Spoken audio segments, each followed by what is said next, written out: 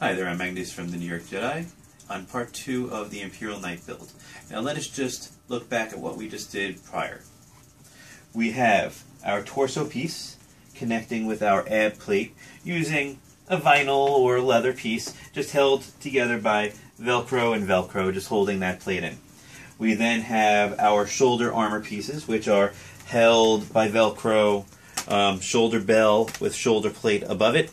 Again, Velcro, Velcro, Velcro, holding it to the shoulder rig of the armor.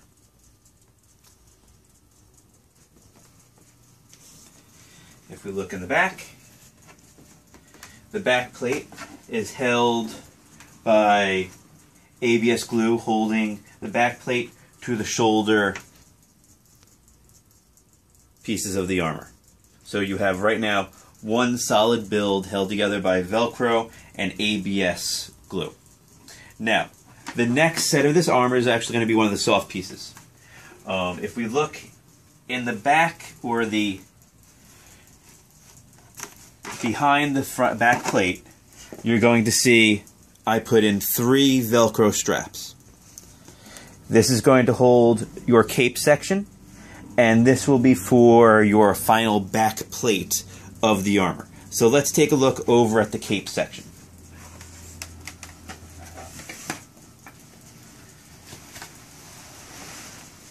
This is your cape, pretty much. Let me just spread it out nice.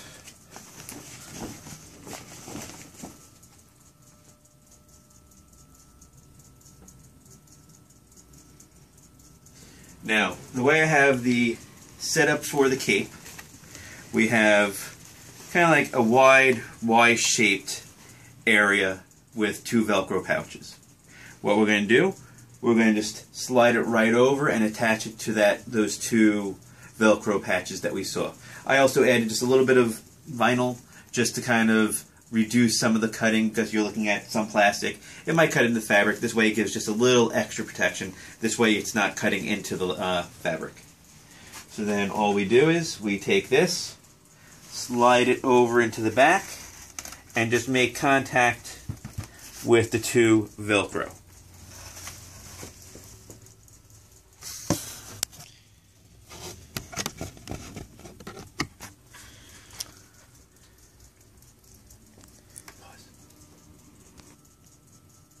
Now for the next piece of the cloak, attached to the end of each side of the cape is a piece of Velcro, and it's going to match up with a piece of Velcro in the bell. So then we just slip it right into the bell. So now we have an attached cape piece there. And we'll do the same thing into the underside of that bell. So now you have the cape being held into place. So now you have the back cape being held. Now, located on the back section of the armor is another piece of armor that is held over the cape. And what I've simply done was I took same colored fabric, so it blends right in. I line it up as far as I can into the under section of the armor, and I match it to that final piece of Velcro on the underneath. And what that will do, it will hold this back plate right into place of the armor. So now you have fitted right into the back plate and the cape. And that'll hold it nicely in place. So now we have the full torso section of your armor built with ab guard, torso, shoulder bells, back plate, and cape.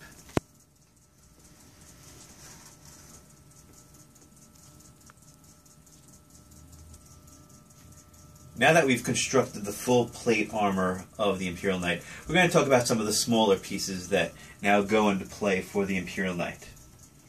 We have our groin protector, if you have lack of a better word for this. It's another piece of plate. It fits right above the groin, so it's a good term for a groin protector. All I did is I added a piece of black vinyl, cut shape there, so it's good and has a good width to it. And then I just took whatever belt I was going to use for the Imperial Knight. Now, Imperial Knights do have a very specific belt. I'm not going exact on the armor, so I just took a standard belt. If you want, you could go and you could get a Jedi belt, you could get an Imperial Knight belt, and all I did was I just put a piece of Velcro right underneath the center section of the belt, and then all I do is line it up, and now you have your plate attached to your belt. The next of the incidental pieces that make up your armor, you have your arm guards, your bracers.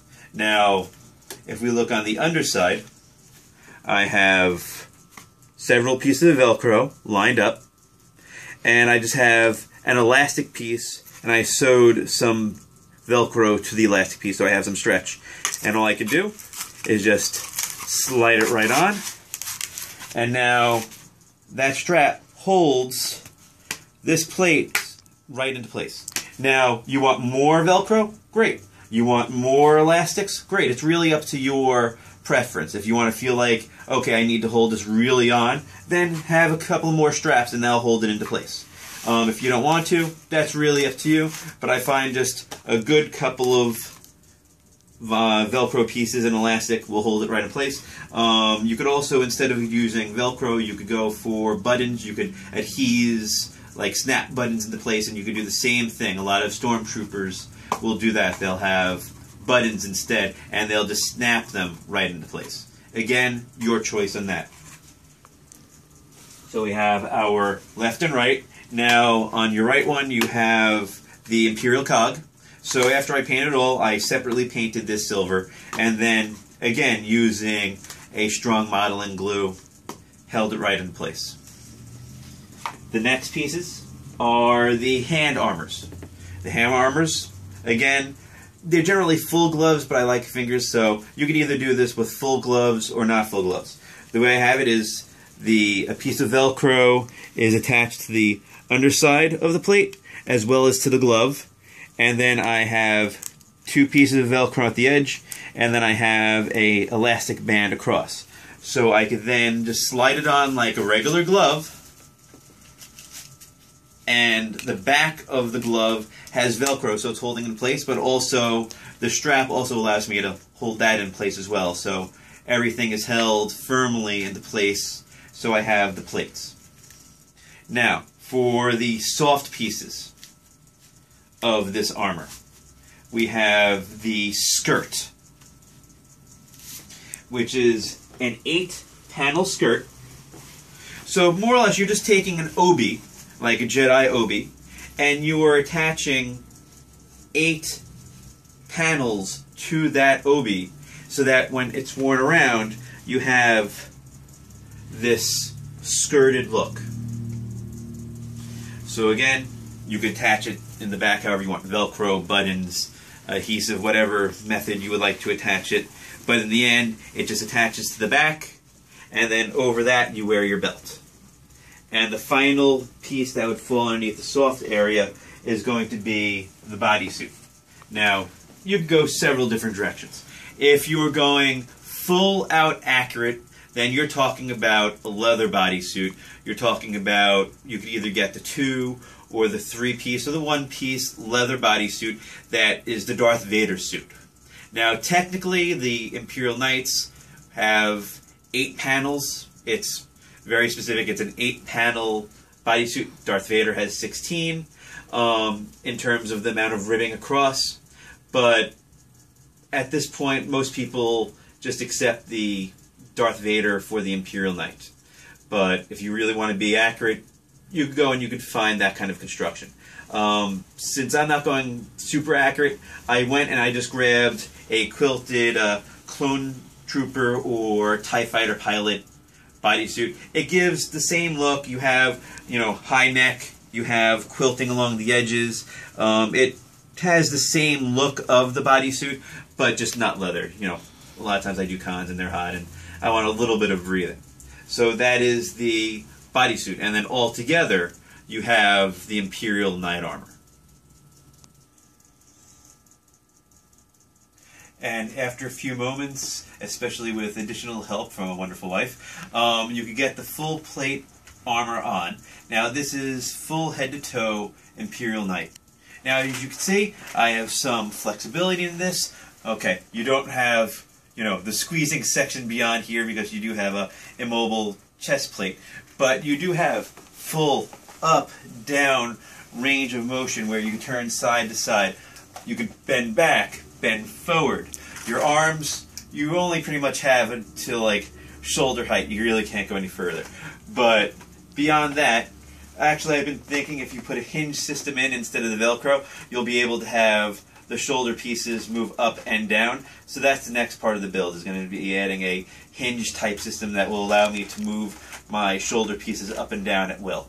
Now for the back of the armor, you can see you have the cape section, and you have the plate piece that's fitted over the cape section for the back of the armor. And you can see you have movement up, down. The cape has a good flow to it. Now again, to go over the parts, you have arm, you have bracer and handguard. You then have the shoulder bells and the shoulder plate connected to the chest torso section. Same thing on this side. The right side, your Imperial cog. The left side for your shoulder, your Imperial cog. And then finally, the last piece, your Imperial Knight lightsaber. Now, Imperial Knights use a silver or white illuminated blade. Their hilts are standard silver, usually with some black ribbing over here. In terms of the Imperial Knights, they focus on the Empire, not on the individuals, so everyone has same armor, same lightsaber. Together, this is the Imperial Knight, servant to the Empire. This is Magnus from New York Jedi. Thank you very much.